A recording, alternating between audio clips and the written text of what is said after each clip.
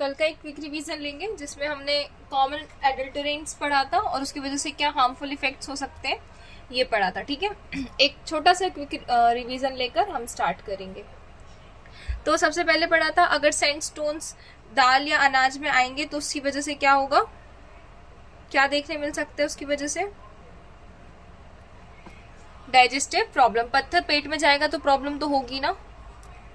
उसके बाद अगर वाटर मिल्क में है तो इन्फेक्शन देखने मिल सकता है। अगर कोई मिनरल ऑयल काली मिर्च में मिला दिया गया है तो कैंसर का रिस्क हो सकता है। आर्जिमेन ऑयल अगर मस्टर्ड ऑयल के साथ मिलाया है तो एपिडेमिक, ड्रॉपसी, ब्लाइंडनेस ये सब हो सकती है। अगर केसारी दाल बैंगल ग्राम के साथ मिलाई है तो पैरालिसिस देखा जा सकता है।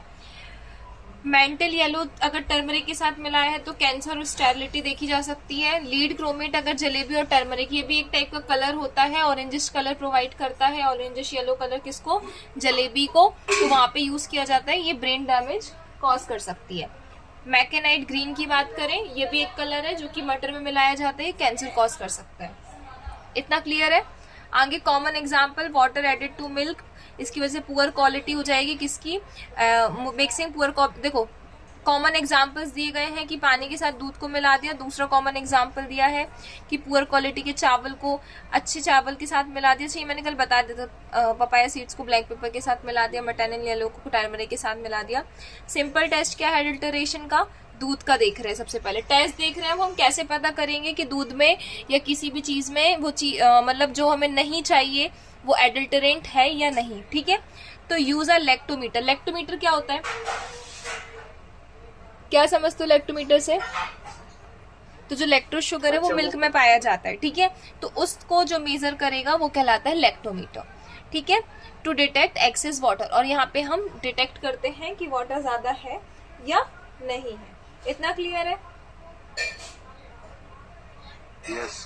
ऐसे सुना होगा ना बहुत से लोग जो जिनको दूध नहीं पसंद, दूध देखकर अजीब सा लगता है, बिल्कुल ही दूध का कोई मटेरियल नहीं खाते, उन्हें बोलते हैं कि हाँ, तो क्यों बोलते हैं वो लैक्टो वाला, क्योंकि उसमें लैक्टोज शुगर होती है, जो लैक्टोज इंटॉलरेंट होते हैं बेसिकली वो। ठीक है, उस चीज को बर्दाश्त नहीं कर सकते। Low specific gravity indicates added water. अब स्पेसिफिक ग्रेविटी मतलब क्या होता है, हर एक चीज की ना अपनी अपनी स्पेसिफिक ग्रेविटी होती है। मतलब ऐसे समझो कि हर किसी की अगर डेंसिटी कम हो गई तो वो फ्लोट करेगा, वन से अगर डेंसिटी ज्यादा हो गई तो वो उसके अंदर गिर जाएगा सब्सटेंस ऑब्जेक्ट। हाँ ठीक है, सही बोल रहे हो। हाँ सही है, सही है, बिल्कुल सही है। तो देखो बेसिकली ग्रेविटी मतलब क्या, गुरुत्वाकर्षण। ठीक है, मतलब जो धरती की ओर खींचता है। तो स्पेसिफिक ग्रेविटी मतलब क्या होगा फिर, स्पेसिफिक ग्रेविटी मतलब क्या हो जाता है, स्पेसिफिक ग्रेविटी मतलब होता है जब हम डेंसिटी मतलब कोई चीज कितनी डेंस है, कितनी भारी है, उस चीज में कितने एटम्स या कितना मेटल है। तो जो डेंसिटी है ना, जब हम किसी की रिलेटिव डेंसिटी की बात करते हैं उसका मतलब होता है हम वहां पर उसकी स्पेसिफिक ग्रेविटी की बात कर रहे हैं। ठीक है, इसका जो नॉर्मली फॉर्मूला होता है ना वो होता है डेंसिटी किसी भी ऑब्जेक्ट की लेना और divided by density of water. ठीक है, डेंसिटी मतलब समझते हो, डेंसिटी मतलब कोई चीज कितना डेंस है। डेंसिटी का फॉर्मूला होता है मास अपॉन वॉल्यूम। ठीक है, समझ गए? मतलब कितना वॉल्यूम को आयतन बोलते हैं और मास को द्रव्यमान बोलते हैं। अगर पुष्पेंद्र आपको ना समझ में आए तो ये कहलाता है डेंसिटी। डेंसिटी मतलब होता है घनत्व। और ये जो डेंसिटी है इसको क्या करते हैं, जब हम डेंसिटी लेते हैं किसी भी चीज की, कंपेयर करते हैं उसको वाटर से, तो उसको बोला जाता है उसकी रिलेटिव क्या बोला जाता है उसको, उसकी स्पेसिफिक ग्रेविटी। समझ में आया? कोई डाउट इसमें? no. ठीक है, सो ये इंडिकेट करता है कि वाटर कितना है। अब शुगर और सॉल्ट देखें तो डिजॉल्व्ड इन वाटर, ये पानी में घुल जाता है। ठीक है, सैंड जो है वो क्या होंगी, देखो ये क्यों बता रहे शुगर और सॉल्ट, क्योंकि हमने शुगर और सॉल्ट जो है ये पानी में डिजॉल्व, वाटर में डिजॉल्व हो जाएगा, है ना। तो अगर पानी की जो ग्रेविटी है ना वो उसमें चेंज आएगा, जिसकी वजह से हम ये फाइंड आउट कर पाएंगे। दूसरा ब्लैक पेपर, ब्लैक पेपर की बात करें तो जब हम इसको पानी में रख हम ब्लैक पेपर को कहाँ रखेंगे, पानी में। देखो ब्लैक पेपर को हम किस में मिला रहे थे, ब्लैक पेपर को हम मिला रहे थे मिनरल ऑयल में। तो जब पानी को तेल में मिलाया जाएगा तो तेल फ्लोट करने लगेगा ना, तो इससे हमें पता चल जाएगा कि काली मिर्च में तेल है या नहीं। आया समझ में? उसके बाद पपाया सीड्स की बात करें तो पपाया सीड्स जो है वो फ्लोट करते हैं क्योंकि हल्के होते हैं और जो पेपर सीड्स होंगे वो क्या करेंगे, नीचे बैठ जाएंगे। गुड़ की बात करेंगे तो गुड़ जो है पानी में डिसॉल्व हो जाएगा, अगर डिसॉल्व नहीं हो रहा मतलब इम्प्योर है। ठीक है, गुड़ में मिट्टी मिला सकते हैं तो डर्ट जो है, जो भी उसमें मिट्टी रेत होगी वो नीचे सेटल हो जाएगी। ये इतना चीजें समझ में आई कि नहीं आई, फिर से बता दूं? मैम आ गई। पुष्पेंद्र आपको सो गए क्या फिर से? नहीं नहीं मैम। ठीक है। हाउ टू प्रिवेंट मुझे एडल्टरेशन। पूछनी थी हाँ हाँ, मैम, ये जो गुड़ है उसकी ये स्पेसिफिक ग्रेविटी फिर जो घुल जाएगा वो पानी में, तो उसकी सेम स्पेसिफिक ग्रेविटी नहीं रहेगी नहीं मेरे ख्याल देखो कंफ्यूज मत हो, हम गुड़ का पानी से नहीं लेना देना कर रहे हैं। गुड़ को हम पानी में मिलाएंगे तो वो घुल जाएगा, पर यहाँ पे स्पेसिफिक ग्रेविटी वाला कॉन्सेप्ट नहीं, यहाँ पे ये वाला कॉन्सेप्ट है कि उस गुड़ में मिट्टी या रेत बढ़ाई गई है उसका बल्क बढ़ाने के लिए, तो वो सेटल डाउन हो जाएगी। यहाँ पे ग्रेविटी वाला कॉन्सेप्ट नहीं है। अब आप ग्रेविटी पूछना चाह रहे हो क्या, या यही चीज में कंफ्यूज थे जो मैं बता रही हूँ? नहीं, वो कंप्लीट है, वो समझ में आ गया तो समझा। ठीक है। मेनली उसके अंदर इम्प्योरिटीज मिली हुई होती है। हाँ, इम्प्योरिटीज देखो ये अलग दिया, ये लेक्टोमीटर का दिया है। ठीक है, यहाँ से यहाँ तक जो दिया है ना, ये आपको दूध का बताया गया है। उसके बाद फिर आपको यहाँ पे बताया है ब्लैक पेपर का। ठीक है, कि सैंड जो है वाटर में सेटल हो जाएगी जब उसको पानी में रखेंगे। फिर पपाया सीड्स का बताया है, फिर गुड़ का बताया कि पानी में भी डिजोल्व हो जाएगा, जो डर्ट है वो नीचे बैठ जाएगी। अब हम नेक्स्ट स्टार्ट कर रहे हैं कि प्रिवेंट कैसे करना है एडल्टरेशन को। तो बाय पैक्ड फूड्स, कैसे फूड्स खरीदने हैं जो पैक्ड हो। देखो गुड़ खुला हुआ होता है ना, और फिर एक गुड़ आता है पैकेट वाला, कौन सा प्रेफर करेंगे हम? पैकेट। खुला वाला क्यों नहीं?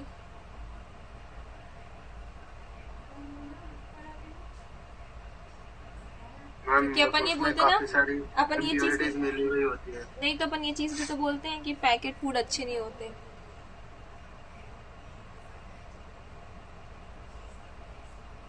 बताओ, सोचो इसका आंसर।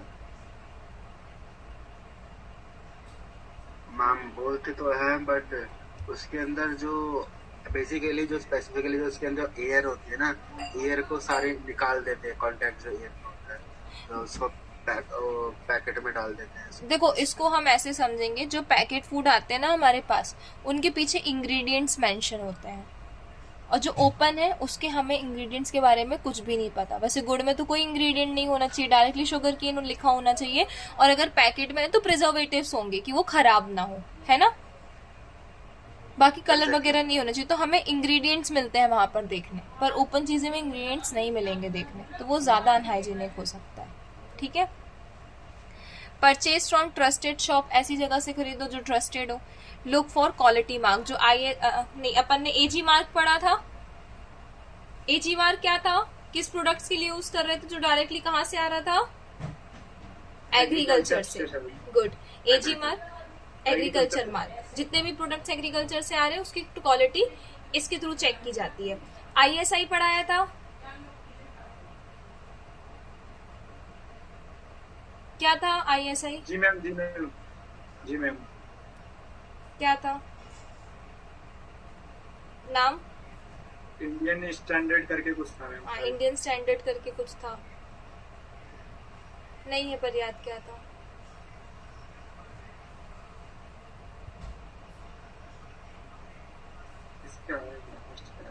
याद करो, उस दिन शायद दीपक आप भी थे क्लास में। आईएसआई इंडियन स्टैंडर्ड इंस्टीट्यूट, और BSI bureau of standard institute, sorry bureau institute था। आईएसआई पढ़ाया था, बीआईएस नहीं पढ़ाया था। ठीक है, तो जो आईएसआई है इसका है क्या बोला था मैंने, इंडियन स्टैंडर्ड। कलर कैसे चेंज हुआ इसका? अच्छा कॉपी हो गया, एक सेकेंड। ये मैम ऐड इसका किया तो था मैम ऐड, उससे मेरे में तो नहीं आते हैं। अब पता नहीं क्यों इसमें आ रहे हैं। देख लेना मैम, कहीं आपने उस पे नॉर्मल वाले पे सिलेक्ट कर रखा हो, डीएनएस प्राइवेट डीएनएस पे नहीं आते हैं। देखती हूँ।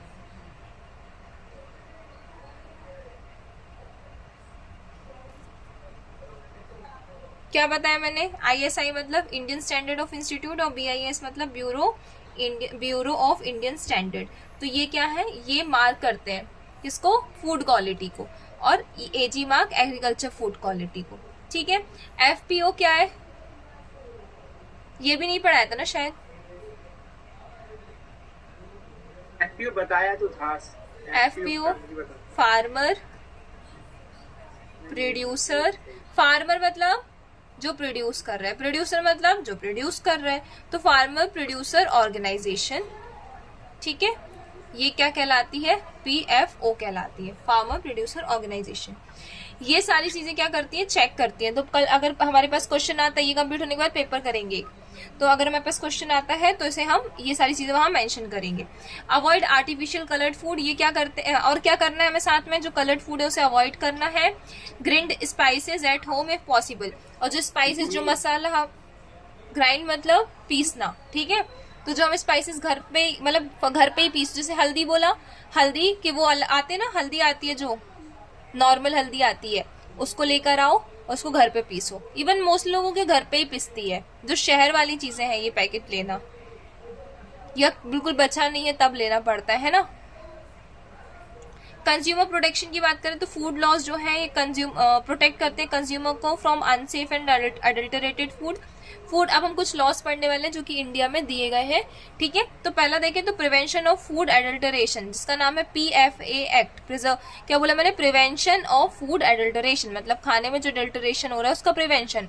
ये एक्ट आया था 1995 में, 1955 में। इसके क्या क्या ऑब्जेक्टिव्स थे, इसका पहला ऑब्जेक्टिव था एडल्टरेशन को प्रिवेंट करना, दूसरा था हाइजीनिक फूड की हैंडलिंग करना, मतलब जो आप फूड उठा रहे हो वो हाइजीनिक तरीके से उठाओ, ऐसे नहीं हाथ गंदे हैं और खाने पीने का ट्रांसपोर्टेशन चल रहा है। Protect consumer from harmful foods, जो भी कंज्यूमर्स हैं जो खाना यूज करेंगे उनको प्रोटेक्ट करना कि वो गलत खाना ना खा ले, हार्मफुल ना खाए। फूड जो है इसको कब कंसिडर किया जाएगा एडल्टरेटेड, जब इंफीरियर सब्सटेंसेज आर मिक्स्ड, उसके अंदर कुछ मिला दिया जाएगा, उसके वैल्यूएबल इंग्रेडिएंट्स हटा दिए जाएंगे, या फूड को प्रिपेयर किया जाएगा अनहाइजीनिकली, मतलब साफ सफाई से नहीं। हार्मफुल कलर्स, प्रिजर्वेटिव्स जो हैं वो यूज होते हैं। ठीक है, और यहाँ पे इंसेक्ट इन्फेस्टेड फूड जो है वो सोल्ड भी किया जाता है मार्केट में, तो हमें इनको भी क्या करना है, प्रिवेंट करना है। आया समझ में? आगे बढ़े, पहला एक्ट पढ़ा PFA, prevention of food adulteration. दूसरा एक्ट पढ़ रहे हैं फ्रूट प्रोडक्शन ऑर्डर, ठीक है, एफपीओ। तो फ्रूट प्रोडक्ट्स ऑर्डर क्या है, यहाँ पे हाइजीनिक, इसका मतलब इसका मोटिव क्या था, क्या इंश्योर करना, hygienic manufacture of fruit products. जो भी ऐसे प्रोडक्ट्स हैं जो फल से बन रहे हैं, जैसे जेली हो गई, सॉस हो गया, ठीक है, और क्या हो गया फिर, जूसेस हो गए, जैसे अभी आता ना स्लाइस, माजा, खैर ये सब तो बर्बाद है, पर इसमें क्या, इनमें हाइजीन मेंटेन रहे। Quality standards for processed fruits and vegetables, हर किसी का स्टैंडर्ड जो है वो क्वालिटी मार्क्ड होना चाहिए। मीट प्रोडक्ट कंट्रोल ऑर्डर, अब ये तीसरा पढ़ रहे हैं क्या, मीट प्रोडक्ट्स कंट्रोल ऑर्डर। ये हमने ऊपर पढ़ा था फ्रूट का एफपीओ, ये हम पढ़ेंगे क्या, एमपीसीओ, मीट प्रोडक्ट कंट्रोल ऑर्डर। ये इसका क्या मोटिव था, क्या इंश्योर करना, सेफ और हाइजीनिक मीट, इंस्पेक्शन करना मीट का सेल से पहले, prevention of disease meat supply. देखो बहुत सारी मीट से जो होती है ना बीमारियां होती है, मैं दो चीजों का नाम लूंगी, एक पोर्क का और एक बीफ का।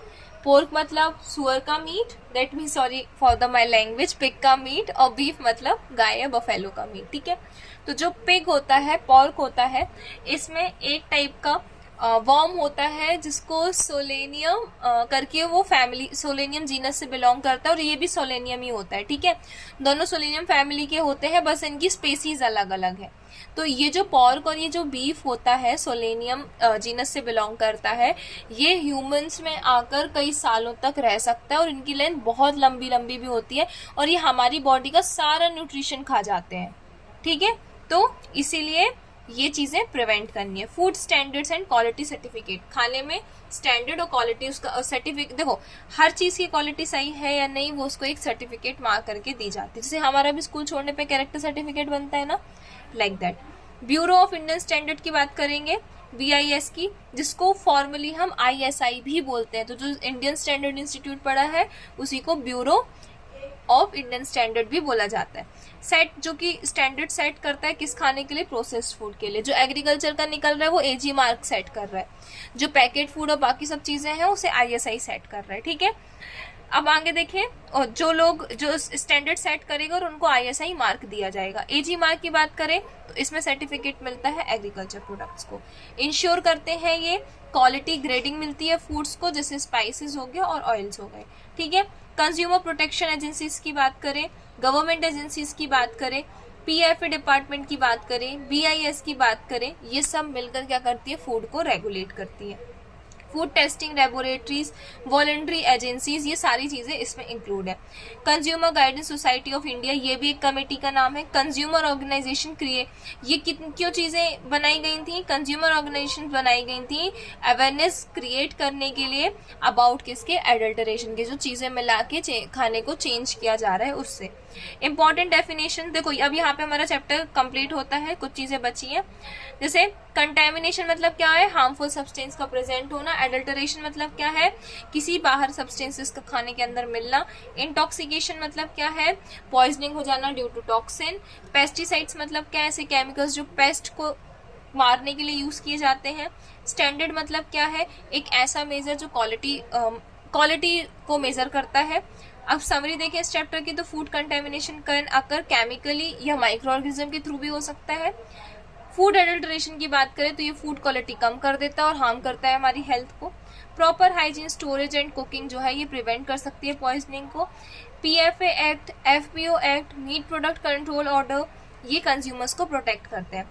क्वालिटी मार्क जैसे BIS, AG मार्क, ये हेल्प करता है किसके लिए, सेफ फूड प्रोडक्ट्स को आइडेंटिटी प्रोवाइड करता है कि हाँ ये सेफ है, उसके बाद हम इसे खा सकते हैं। तो अब से जब भी कुछ लेने जाना तो उसके पीछे चेक करना कि उसमें ISI मार्क या AG मार्क है या नहीं है, ठीक है।